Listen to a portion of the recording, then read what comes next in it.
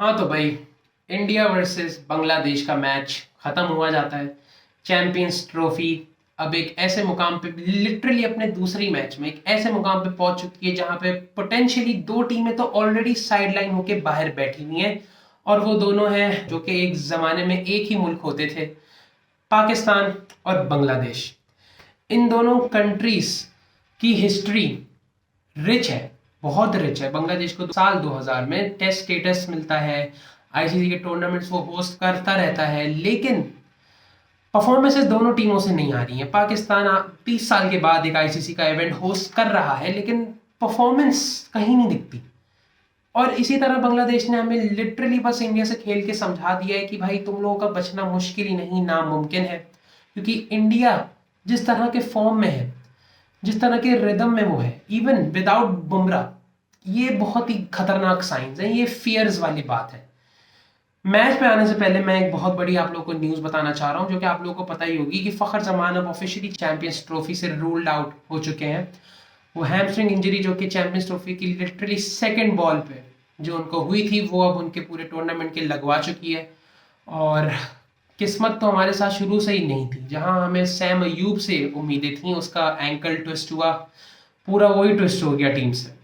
जहां फिर अब हमें फखर जमान नसीब हुए, बिकॉज वो हमें काफी वक्त से खेलने को मिल ही नहीं रहा था। उनको उनके पीसीबी के साथ इश्यूज थे, वो ट्वीट के ऊपर जो भी ब्ला ब्ला ब्ला, जो भी बकवासियत थी।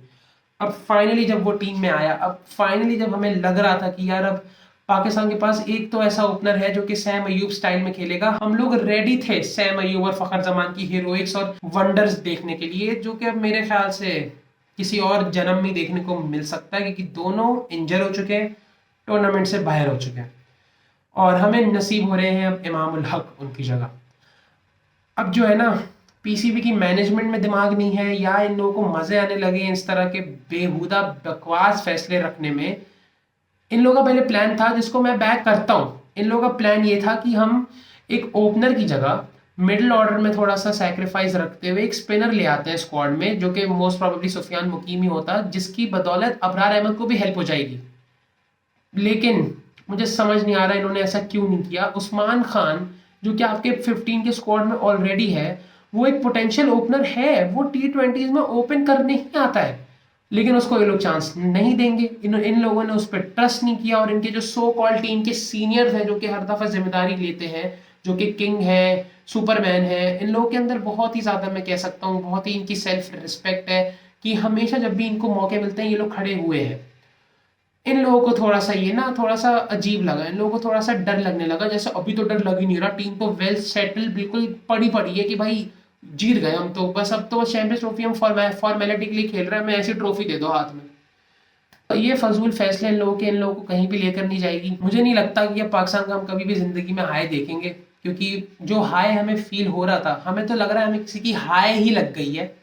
क्योंकि इस तरह की टीम्स तो मेरा नहीं ख्याल कि इस तरह के बकवास माइंडसेट वाली टीम्स, मेरा नहीं ख्याल कि ट्रॉफीज जीतती हैं या फिर मिसाल बनाती हैं। चैंपियंस ट्रॉफी 2017 में भी आपकी टीम इसी तरह से बिखरी हुई थी, लेकिन दिमाग थे प्लेयर्स के जो चले, स्क्वाड थोड़े से मुनासिब बनते थे उस टाइम पे। अब तो वो भी नहीं है। रिजवान हो गए, जो भी हो गए, आप लोगों को इनसे जितनी भी उम्मीदें हो, at the end of the day हमें सिर्फ मायूसी ही मिलेगी और कुछ नहीं। खैर, हम जरा मैच के ऊपर आते हैं। सबसे पहले तो मुझे ये समझ नहीं आया कि बांग्लादेश ने टॉस जीत के पहले बैटिंग क्यों की। क्योंकि दुबई जो है वो यूजुअली इसी वजह से जाना चाहता है कि सेकंड इनिंग्स में यहाँ पे हमेशा ड्यू पड़ती है। और बांग्लादेश ने, आई डोंट नो, शायद इनको अपनी टीम पे इतना ट्रस्ट नहीं था कि चेज हो जाएगा। हालांकि मुझे लग रहा है कि सही ट्रस्ट नहीं था इनको अपने ऊपर, क्योंकि 35 में 5 आउट थे। वो तो वड़ा पाव ने कैच छोड़ दिया अक्षर पटेल का, क्या बेहतरीन हैट्रिक होती वहां पे, इतनी बेहतरीन उसकी हैट्रिक वहां पे हो सकती थी। वो जैकर अली का कैच छोड़ दिया उसने, वो बेचारा ग्राउंड पे थप्पड़े मार रहा है कि क्यों, वाई। उस पर काफी लोग बिल्कुल जोश में आके खड़े हो गए कि भाई इंडियन टीम वहीं से अगर वो छठी विकेट भी गिर जाती ना, तो बांग्लादेश से 100 रन भी नहीं होने थे। क्योंकि जाकिर अली और तौहीद रदौय, इन दोनों ने जो बैटिंग करी है, स्लो पिच थी ये दुबई की, ये याद रखना। क्योंकि जिस तरह की बैटिंग फिर इंडिया ने की ना बाद में, उससे पता चल रहा था कि जैकर अली और तौहीद रिदॉय ने कुछ उखाड़ा है। तौहीद रिदॉय बेचारे को लिम्प आने शुरू हो गए आखिर में। यार जाहिर बात है, इतनी लंबी इनिंग्स खेलोगे जब आप इतने आदी नहीं होते। वो वैसे भी पावर हिटर के तौर पर टीम में है, उसके सिक्सेस मैंने देखे हैं, जिस तरह से अक्षर पटेल और रविंद्र जडेजा को उसने मिड विकेट के ऊपर से छक्के मारे हैं ना, और जिस तरह के उसने लॉफ्टेड शॉट्स खेल के चौके मारे, उसका भाई माइंड पावर हिटर वाला ही था, लेकिन वही ना यार, born to be a power hitter, force to be a middle order anchor batsman, इसी तरह की बेचारे की इनिंग्स थी। और उसमें यार प्लीज कोई गुस्सा मत दिखाया उसके ऊपर कि यार ये आखिर में बॉलिंग आ गया, आपके पास कोई बचा ही नहीं था, आपके 9 आउट हो चुके थे। और मुस्तफिजुर रहमान तो यार मतलब बॉलर से क्या ही उम्मीद रखोगे, वो छक्के मारेगा, आपके तो टीम के कैप्टन हो गए, ये सब हो गए, इन लोगों ने जब परफॉर्मेंसेस देनी नहीं है तो वो बेचारे कहाँ से आते हैं। बांग्लादेश की टीम ऐसा कंप्लीट रेप्लिकेशन, या फिर मैं ये कहूंगा कि पूरी एक पाकिस्तान ही दिखती है हमें, क्योंकि ये एक वक्त में हमारा हिस्सा थे। इंडिया वर्सेस पाकिस्तान का आप लोगों को 2019 का मैच याद होगा, जहां पे मैच से एक रात पहले पाकिस्तान के प्लेयर्स रेस्टोरेंट में खाने खा रहे थे। अब मैं इन चीज़ों के खिलाफ नहीं हूँ, उनकी वो पर्सनल लाइफ है, वो जो भी उसमें हो रहा हो वो उनका अपना मैटर है, लेकिन थोड़ा सा यहाँ पे सिमिलर तो बनता है भाई, क्योंकि मतलब वो इंडिया वाले मैच से पहले होटल में खाना खा रहे थे, बांग्लादेश के प्लेयर्स भी तमीम इकबाल के साथ खाने वगैरह खा रहे थे, फिर अगले दिन इतनी नीच और घटिया परफॉर्मेंस आई उनकी साइड से। तो वहीं से ना घंटियां बजना शुरू हो गई थी कि भाई बांग्लादेश जो है ना वो एक छोटा सा पाकिस्तान है, और पूरे सबूत देता है कि वो क्यों वो पाकिस्तान का हिस्सा थे। उसके बाद भाई मतलब इंडियन टीम की जो मैं कह सकता हूँ कि अग्रेसिव फोर्स आज थी, वो उनकी पेस बॉलिंग थी, और उनकी पेस बॉलिंग ही सबसे ज्यादा वीक लिंक मानी जा रही थी इस पूरे आईसीसी चैंपियंस ट्रॉफी में। उन्होंने दवाई तबाही फेर दी, मतलब मोहम्मद शमी की 5 विकेटें, उस बंदे ने साबित किया है कि भाई वो कैसे और क्यों आईसीसी के टूर्नामेंट का बॉलर है।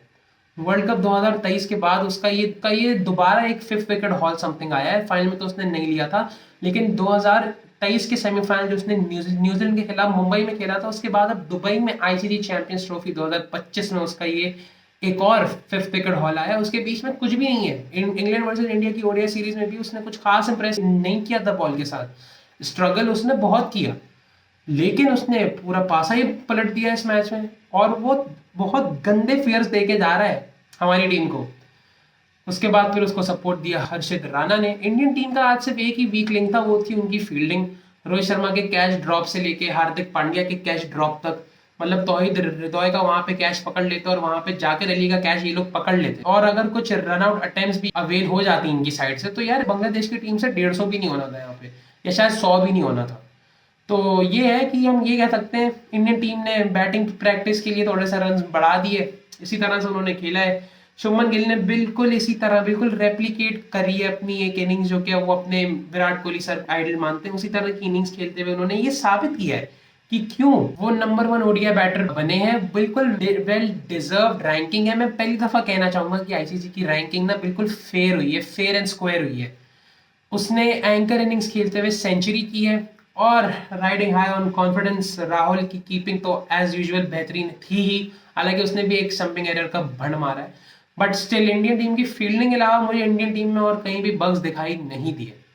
स्पिन मैं कह सकता हूँ कि बांग्लादेश ने काफी बकवास खेली थी इंडिया की, लेकिन इंडियन स्पिनर भी थोड़े से मैं कह सकता हूँ कि आउट ऑफ रिदम लग रहे थे, लेकिन ये प्रैक्टिस मैच वो खेल चुके हैं, और विराट कोहली सर जो है वो तो ऑलरेडी तैयार हो गए होंगे कि भाई लेट्स गो, अब तो 23 फरवरी को मिलते हैं दोस्तों, तब तक के लिए शायद अपना ख्याल रखिएगा।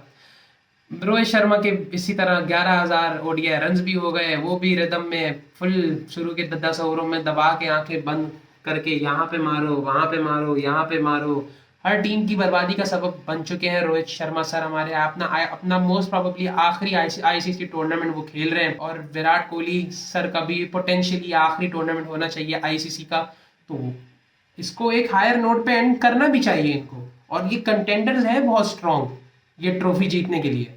इंडियन टीम की बैटिंग से लेके बॉलिंग दोनों ऑन पॉइंट थी, बिल्कुल टॉप थी। अक्षर पटेल की वो हैट्रिक हो जाती यार, बस मतलब एक बहुत ही बेहतरीन मूवमेंट हो जाता, लेकिन इंडिया की थोड़ी सी फील्डिंग जो थी वही थी जो जिसने उनको लेट डाउन किया। बाकी मुझे और कोई गलतियां दिखी नहीं रही इस टीम के अंदर। विराट कोहली के ऊपर सब आएंगे, 22 रन बना के चला गया, यार तुम लोग हो कौन, है कौन हो तुम लोग वो वाली आवाम हो जो कि 64 रन जो 90 बॉल्स पे स्कोर किए जाते हैं उसको अप्रिशिएट करने वाले लोगों में से हो, फिर बाद में बोलते हो कि वो बंदा आखिर कितना ही पाकिस्तान के लिए खड़ा हो। यार वो खड़ा कब हुआ है पाकिस्तान के लिए? पाकिस्तान की जो कल विकेट्स गई है ना, जब तक वो बैटिंग कर रहा था, वो उसी पर्टिकुलर बाबर आजम की वजह से गई है। रिजवान के ऊपर स्ट्रेस ये डाले, आगा सलमान को बोल तू मार मैं खड़ा हूँ, फखर जमान को बोल तू मार मैं खड़ा हूँ, खुशदिल शाह, जब तुम लोग ने नोटिस किया होगा कि एक प्लेयर है जो कि ना तो इंजर्ड होता है, ना तो उसको कुछ मतलब कोई लिम्प आता है, वो खेल रहा है और जो बर्बादी का सबब बना हुआ है। और बाकी जिन लोगों से हमें थोड़ी पॉजिटिव वाइब्स आती हैं, जिन लोगों से हमें उम्मीद होती है कि ये जितवा सकते हैं, वो इंजर्ड होकर साइड पे बैठ जाते हैं। मैं कोई बाबर आजम के खिलाफ हेट स्प्रेड करना नहीं चाह रहा, वो मौके इतने देता है। मेरी ना हटती इतनी है इस बात पे कि ये जो इंडियन जर्नलिस्ट हो गए, ये जो इंडियन मीडिया हो गई, ये लोग इतनी गंदी जहनीत वाले लोग हैं ना। और जिस तरह से इन्होंने बकवास की है ना पूरे चैंपियंस ट्रॉफी से पहले, और अभी भी वो कर रहे हैं दबा के, बिकॉज आपकी टीम उनको मौके दे रही है। ये मुझे खटकती है अंदर से चीज।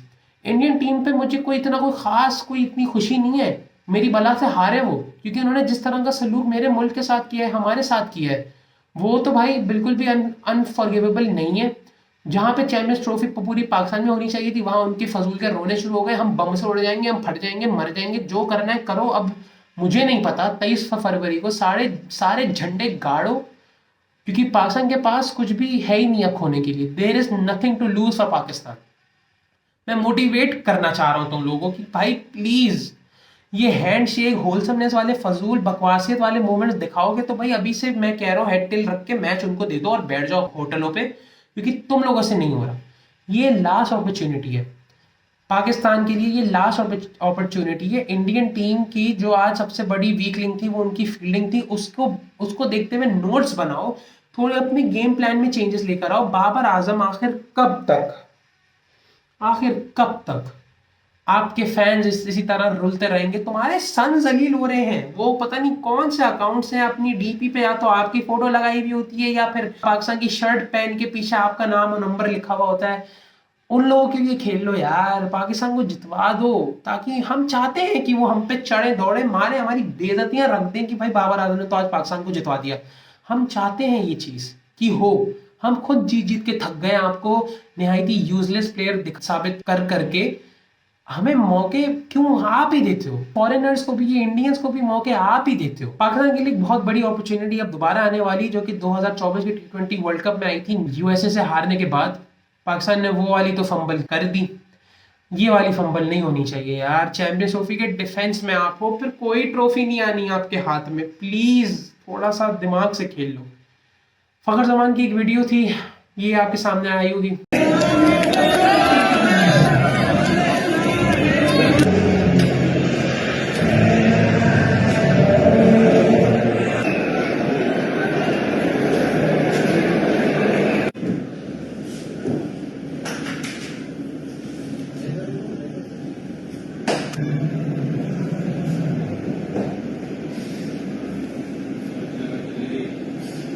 इस वीडियो को देखो यार, इस वीडियो में मुझे कितना दुख हो रहा है कि यार ये ही एक बंदा रह गया था जो कि मुल्क के लिए सिर्फ खेलना जानता है, मुल्क की परवाह वो करता है। सिर्फ यही प्लेयर रह गया था, बेचारा इंजर हो चुका है। उसके यार वो अपने आंसू छुपा रहा है, हर उसको उसको मतलब दिलासा देने आ रहा है। उसको दिलासे नहीं चाहिए, उसको तुम लोग की परफॉर्मेंसेस चाहिए जिसकी बदौलत वो खुश हो सकता है। मेरा दिल बहुत टूट गया ये देख के। उस पे वो इंजर होके अब बैठ गया है। पाकिस्तान का अल्लाह भला ही करे यार, इन लोगों से नहीं हो रहा। इन लोगों ने कोई कोई जो मौका छोड़ा हो कि बंदा इनको थोड़ी सी इनकी तारीफ रखे और साइड पे कर दे यार। आईसीसी का टूर्नामेंट है, डिफेंड कर लो प्लीज। बाकी इंडिया भाई congratulations on a convincing victory. बस ये है कि भाई तेल लगा लो, पाकिस्तान मसला है बहुत बड़ा आपके सामने।